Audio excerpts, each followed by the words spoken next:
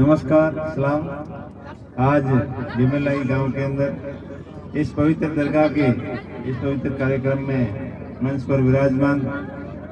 सूफी साहब और सम्मानित मंच मेरे साथ में है भाई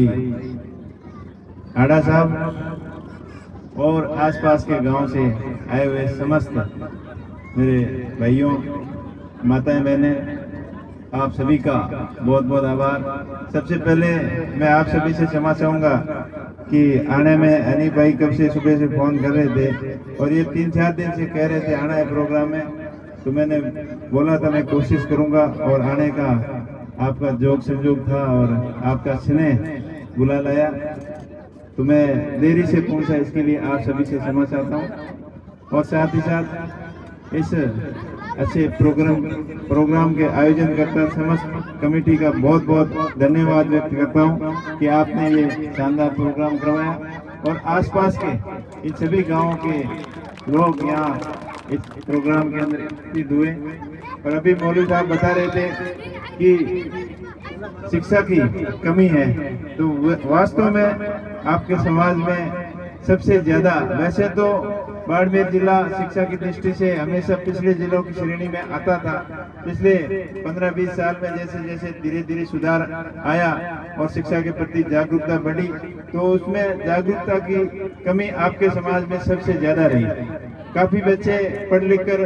कोशिश की और समाज की मुख्य धारा के अंदर शामिल हुए हैं और व्यापार के अंदर भी गए हैं, कुछ सरकारी नौकरी में भी गए हैं, लेकिन दूसरे आसपास के एरिया की तुलना करें तो अपने एरिया के अंदर बहुत ज्यादा कमी है शिक्षा के प्रति। और पिछड़ापन दूर करने का मुख्य उपाय शिक्षा है, तो इसके प्रति आप ज्यादा से ज्यादा ध्यान दें, अपने बच्चों को अच्छी एजुकेशन दें और कम से कम ग्रेजुएशन से पहले बच्चों को स्कूल न छुड़वाएं, क्योंकि आम बात ये रहती है कि सरकारी नौकरी तो है नहीं, पढ़ लिख कर क्या करेंगे, अपने समय से धंधे लग जाएं, वो बात ठीक है, लेकिन धंधा करने के लिए भी एजुकेशन का होना, अच्छी शिक्षा ग्रहण करना बहुत ही जरूरी होता है। तो आप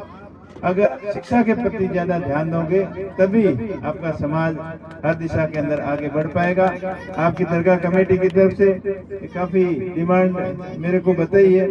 शायद इसकी जमीन भी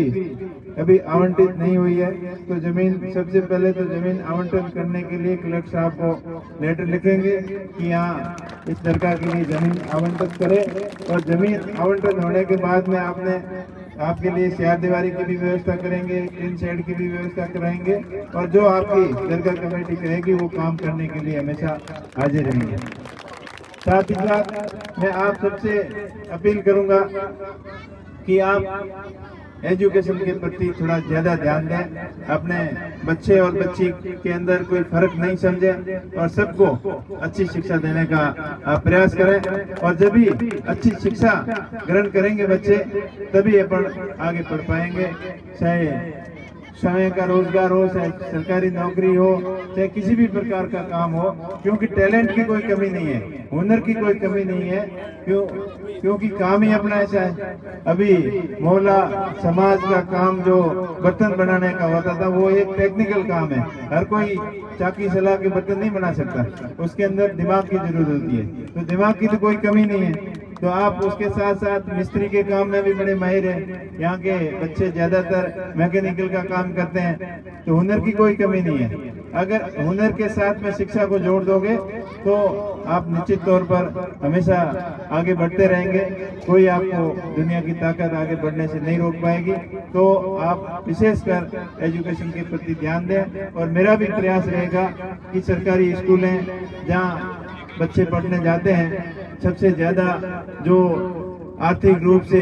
इतने मजबूत लोग नहीं हैं, प्राइवेट स्कूलों के अंदर नहीं भेज पाते हैं, वो ज्यादातर बच्चे सरकारी स्कूलों के अंदर जाते हैं। और सरकारी स्कूलों का, तमाम स्कूलों को डिजिटल एजुकेशन के लिए सभी सीनियर हायर सेकेंडरी स्कूलों के अंदर मेरा लक्ष्य है कि स्मार्ट बोर्ड लगे और साथ साथ में भामाशाह भी अच्छा सहयोग कर रहे हैं। जिस क्षेत्र के अंदर मैं सरकारी स्कूल में एक बोर्ड लगवाता हूँ तो भामाशाह मिलकर पूरी स्कूल को डिजिटलाइज करने के अंदर पूरा सहयोग कर रहे हैं। इसी प्रकार आप भी अपनी क्षमता के अनुसार नजदीकी चाहे प्राइमरी स्कूल हो, चाहे सेकेंडरी स्कूल हो, चाहे हायर सेकेंडरी स्कूल हो, मिडिल स्कूल हो, चाहे मदरसा हो, सब जगह आप अपना सहयोग करेंगे तभी ये अच्छा संदेश जाएगा और आने वाले समय के लिए एक क्रांतिकारी शिक्षा के क्षेत्र में बदलाव आएगा, तभी हम आगे बढ़ पाएंगे। क्योंकि हम धार्मिक प्रोग्राम खूब सारे बड़े बड़े करवाते हैं, अन्य आयोजन भी करवाते हैं, ब्याह शादी के अंदर भी बहुत ज्यादा एक दूसरे से बड़ा दिखाने के लिए खर्चे भी करते हैं। तो दिखावटी से दूर रहें और शिक्षा से नाता जुड़ें, तभी अपन आगे बढ़ पाएंगे। वो प्रोग्राम भी करने जरूरी होते हैं, लेकिन जितने सामाजिक और धार्मिक प्रोग्राम करने जरूरी होते हैं उससे ज्यादा जरूरी एजुकेशन के प्रति अपने को ध्यान देने की है। और आप निश्चित तौर पर आप ध्यान देंगे और आप सभी को धन्यवाद दूंगा कि लोकसभा चुनाव के बाद में इस क्षेत्र के अंदर बड़े प्रोग्राम में मैं पहली बार आया हूँ और आपका जो सहयोग रहा, आपने 99% वोट कांग्रेस पार्टी को देकर मेरे जैसे साधारण किसान परिवार के बेटे को लोकसभा के अंदर आपने भेजा। आपका बहुत बहुत शुक्रिया, बहुत बहुत आभार और आशा करता हूँ कि आगे भी आपका सहयोग इसी प्रकार बना रहे। और मेरा पूरा प्रयास रहेगा कि तमाम अपने क्षेत्र के अंदर एजुकेशन की व्यवस्था अच्छी हो और आम आदमी तक सरकार की योजनाओं का लाभ पहुंचे। और अभी जो विद्युत से लाइट से कनेक्शन से वंचित घर हैं उन सबको जोड़ने के लिए केंद्र सरकार की तरफ से अभी काफी बड़ा बजट आया है, जिसके तहत सभी घरों को विद्युतीकरण से जोड़ा जाएगा। और साथ ही साथ जेजेएम के अंदर अधूरे पड़े काम वो भी जल्दी पूरे हो, इसके लिए भी प्रयास रहेगा। और जिन किसानों के एग्रीकल्चर के कनेक्शन की फाइल की हुई है, अपने एरिया में बहुत कम है क्योंकि यहाँ पीने के पानी का भी बहुत दिक्कत है, पर जिस किसी के लाइट की कृषि कार्य के लिए लाइट की फाइल भरी हुई है, उन सभी पेंडिंग फाइलों के लिए मैं कल ही जयपुर में बड़े अधिकारियों से मिलकर आया था कि वो कनेक्शन भी जल्दी हो और विद्युत तंत्र जो पुरानी लाइनें हैं उनका भी दुरुस्तीकरण हो। क्योंकि कभी कभार आता है आंधी तूफान हो या छोटा मोटा एक्सीडेंट हो तो एक खंभा के छोटी टक्कर लगती है तो पूरी लाइन ही गिर जाती है। इतनी खराब जो जर्जर हालत की लाइन है उनके बदलाव के लिए भी मैंने प्रयास जारी है। साथ ही साथ सभी चाहे चिकित्सा के क्षेत्र में हो, चाहे शिक्षा के क्षेत्र में हो, चाहे रोड के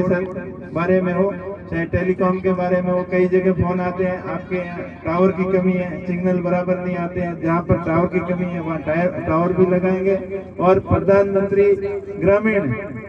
रोड के तहत अभी 250 तक की आबादियां हैं, वो सारी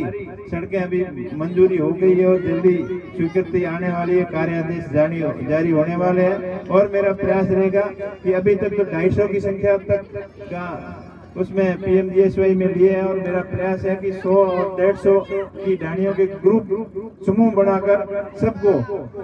पक्की सड़क से जोड़ा जाए, इसके लिए भी प्रयास जारी रहेगा। जिस आशा और उम्मीद के साथ में आपने मुझे दिल्ली भेजा है तो मैं मेरा काम पूरा मेहनत से और ईमानदारी से आपके लिए करूंगा, इसमें कोई कमी नहीं करूंगा। आपका आशीर्वाद हमेशा ऐसे ही बना रहे। एक बार पुनः समस्त दरगाह कमेटी को बहुत बहुत आभार, तमाम आयोजनकर्ताओं का बहुत बहुत आभार और तमाम घमासाओं का बहुत बहुत आभार कि आपके सहयोग से इस शानदार प्रोग्राम का आयोजन किया गया। आप सभी का शुक्रिया।